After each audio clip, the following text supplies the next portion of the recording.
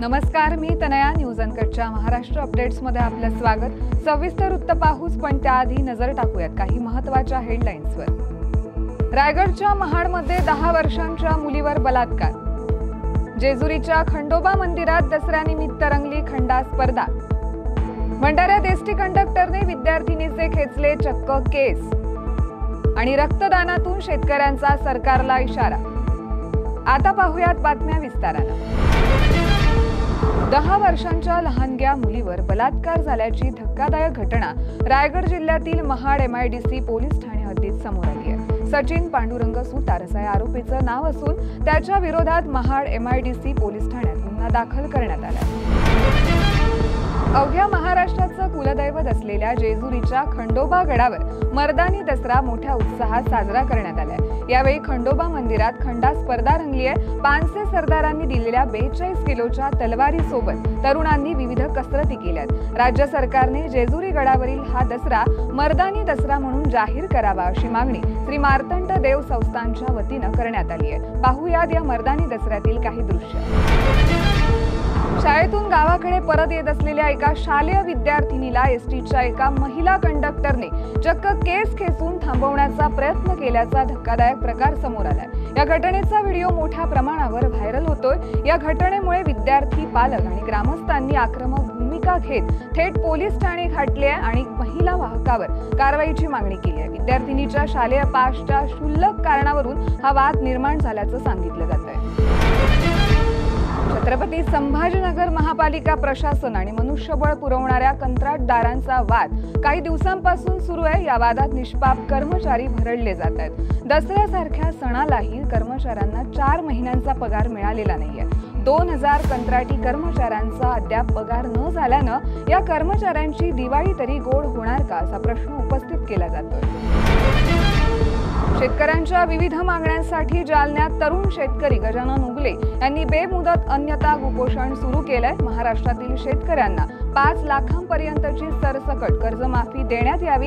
NDRF आणि SDRFच्या कायद्यात बदल करून जमिनी क्षेत्र कायदा रद्द करावा. तसेच नुकसानीच्या मदतीत प्रति एकर किमान 10,000 रुपयांपर्यंत वाढ करावी. अशा विविध मागण्यांसाठी ते उपोषणाला बसले.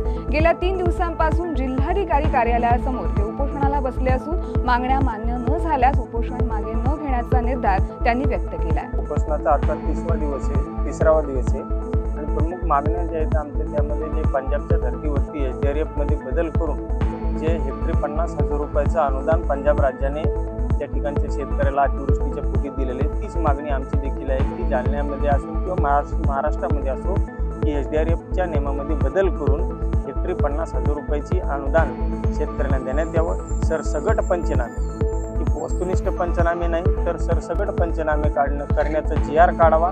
त्याचबरोबर आता आमचे पिकं सगळे गेलेले आहेत, त्यामुळे आमच्या मुलाचे जे काही व्यावसायिक शिक्षण असेल किंवा व्यवस्थापनाचं शिक्षण असेल याच्यासाठी जे लाखो रुपये फीस लागते तर ती फीस देखील गव्हर्नमेंटने माफ करायला पाहिजे. अशा प्रकारच्या आमच्या मागण्या आहेत. 5 लाख रुपयापर्यंतची कर्जमाफी ही आमची मागणी आहेच.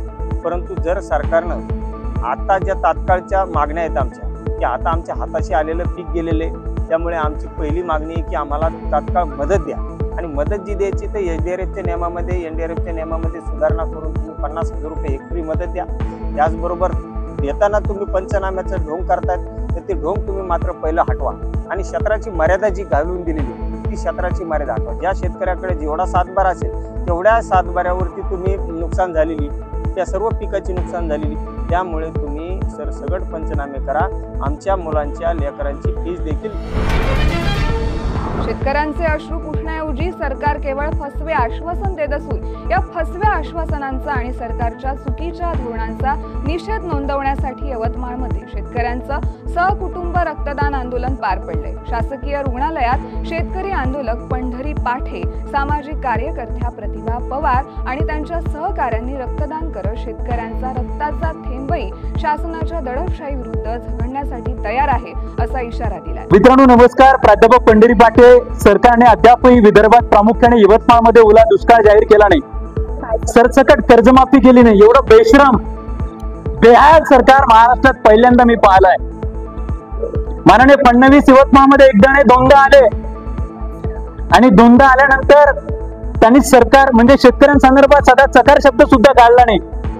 ना सोयाबीनच्या भाववाढी संदर्भात बोलले, ना कापसाच्या भाववाढी संदर्भात बोलले, ओला दुष्काळ संदर्भात सुद्धा ते बोलले नाही. कर्जमाफीचा विषय सोडा, सातबारा कोरा कोरा कराव करतो बोलले. काय केलं यांनी? सब साले बेहाल आहेत, लाज नाहीत, बेशरम आहेत. म्हणून या सरकारचा निषेध म्हणून आज दसऱ्याचा सण आहे. Doctor B.R. आंबेडकरांनी आजच्या दिवशी धम्म स्वीकारला होता. महात्मा गांधींची जयंती आहे. ज्या लाल बहादूर शास्त्रींनी खऱ्या अर्थाने जय जवान जय किसानचा नारा दिला होता, ज्या सर्वांना स्मरून या सरकारचा निषेध म्हणून आम्ही सर्वजण शेतकरी मुवमेंटच्या माध्यमातून प्रतिकात्मक आंदोलन करतोय. विशेष म्हणजे सहकुटुंब आंदोलन करतोय. मी, माझी बायको, माझा मुलगा या ठिकाणी उपस्थित आहे. फ्लॅश मॉब पंढरी पाट्या करत नाही, जे आहे ते रिअल करण्याचं काम सातत्यानं करतोय. या ठिकाणी प्रतिभा पवार पण आहेत, माझी बायको आहे, माझा संघपाल बाळचे मोठा भाऊ आहे, मोबिन शेख आहेत, माझे कॉम्रेड सचिन मनवर आहेत, विद्याताई परचाके आहेत, मंगला सोयाम आहेत. हे सातत्यानं लोक शेतकऱ्यांसाठी सातत्यानं लढतायत.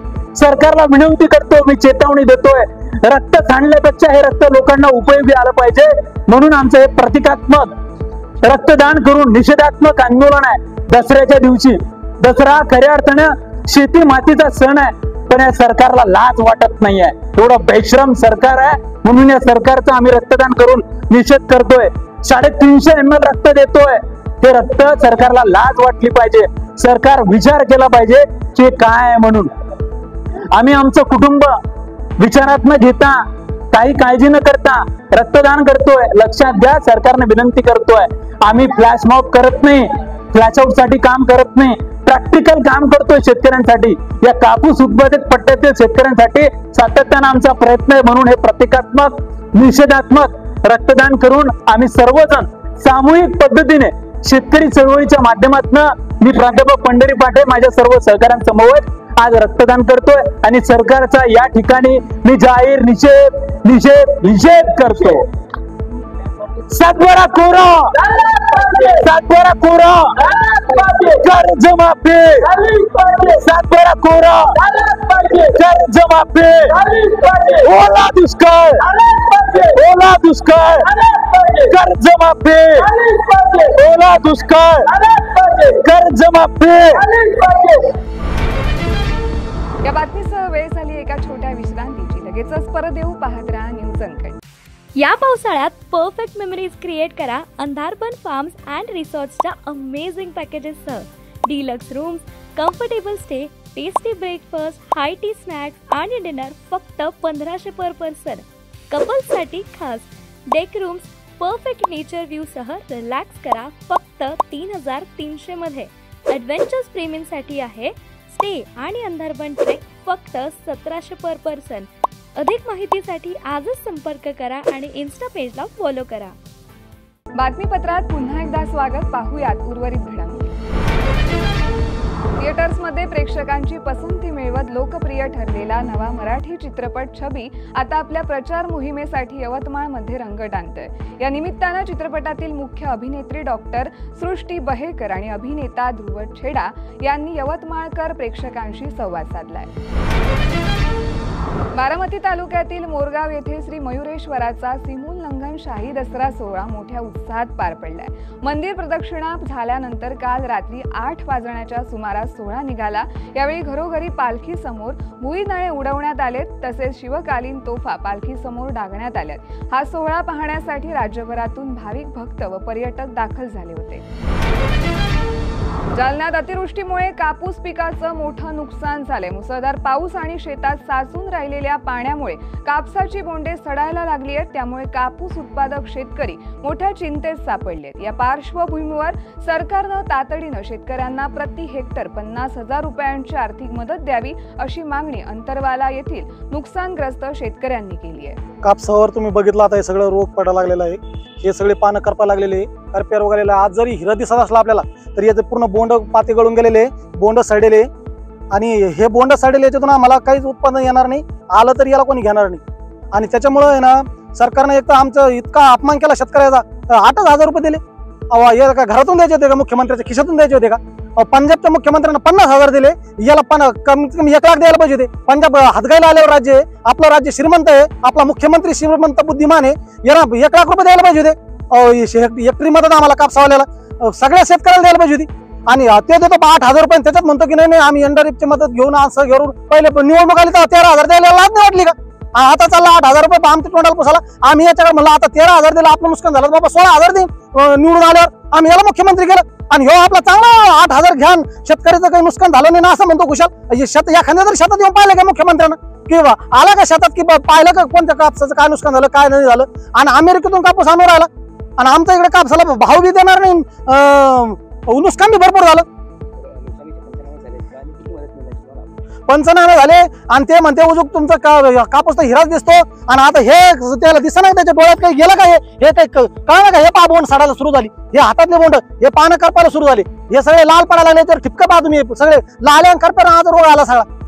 काय करायचं आम्ही आता? आम्हाला फवारणी मारत म्हणलं 200 रुपये खर्च आहे आणि 85 रुपये कुंठ्याला देऊ राहिला. एका कुंठ्याला आम्हाला 200 रुपये एक फवारणीचा खर्च आहे. मागणी हीच लवकरात लवकर त्यांना 50,000 रुपये द्या मुख्यमंत्र्यांना डायरेक्ट. आणि ओला दुष्काळचे सगळे सवलती द्यायला पाहिजे आणि आम्हाला बियाला याला खर्चाला पैसे द्या. गोंदिया शहरात पहिल्यांदा शिवसेना शिंदे गटाच्या वतीनं दसरा मेळाव्याचं आयोजन करण्यात आलं होतं. यावेळी 51 फूट उंच रावणाचा प्रतिकृतीचे दहन करण्यात आलंय. यावेळी गोंदिया शहरातील नागरिक मोठ्या संख्येनं उपस्थित होते. दरम्यान आगामी निवडणुका शिवसेना शिंदे गट स्वबळावर लढवणार असल्याची घोषणा या कार्यक्रमादरम्यान करण्यात आली आहे. तर काय सांगाल, यावर्षी पहिल्यांदाच गोंदियामध्ये शिवसेनेचा दसरा मेळावा आयोजित करण्यात आलाय. नेहमी आपण मुंबईपर्यंत पाहत होतो. सर्वप्रथम हमारे जिलाध्यक्ष श्री रुपेश जी कुथे के मार्गदर्शन में हमने ये दशहरा उत्सव लिए और ये पहला वर्ष था हमारा.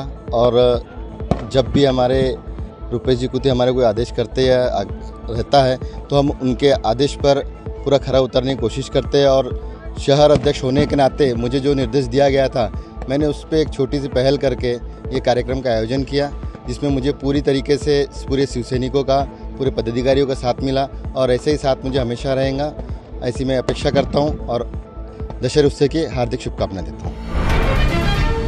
छत्रपती संभाजीनगरच्या सिल्लोड तालुक्यातील सिसारखेडा ते पळशी रस्ता पावसाळ्यात 6 महिने पाण्याखाली जातो. या मार्गावरून पूर्णा आणि अंजना या 2 नद्या ओलांडाव्या लागतात. मात्र या नद्यांवर पूल नसल्यानं परिसरातील ग्रामस्थ आक्रमक झाल्याचं पाहायला मिळालंय. या पुलाच्या मागणीसाठी सिसारखेडा ग्रामस्थांकडून जलसमाधी आंदोलन करण्यात आलंय. या बातमीसह वेळ झाली आहे महाराष्ट्र अपडेट्समध्ये इथेच थांबायची. तोपर्यंत पाहत राहा न्यूज अनकट.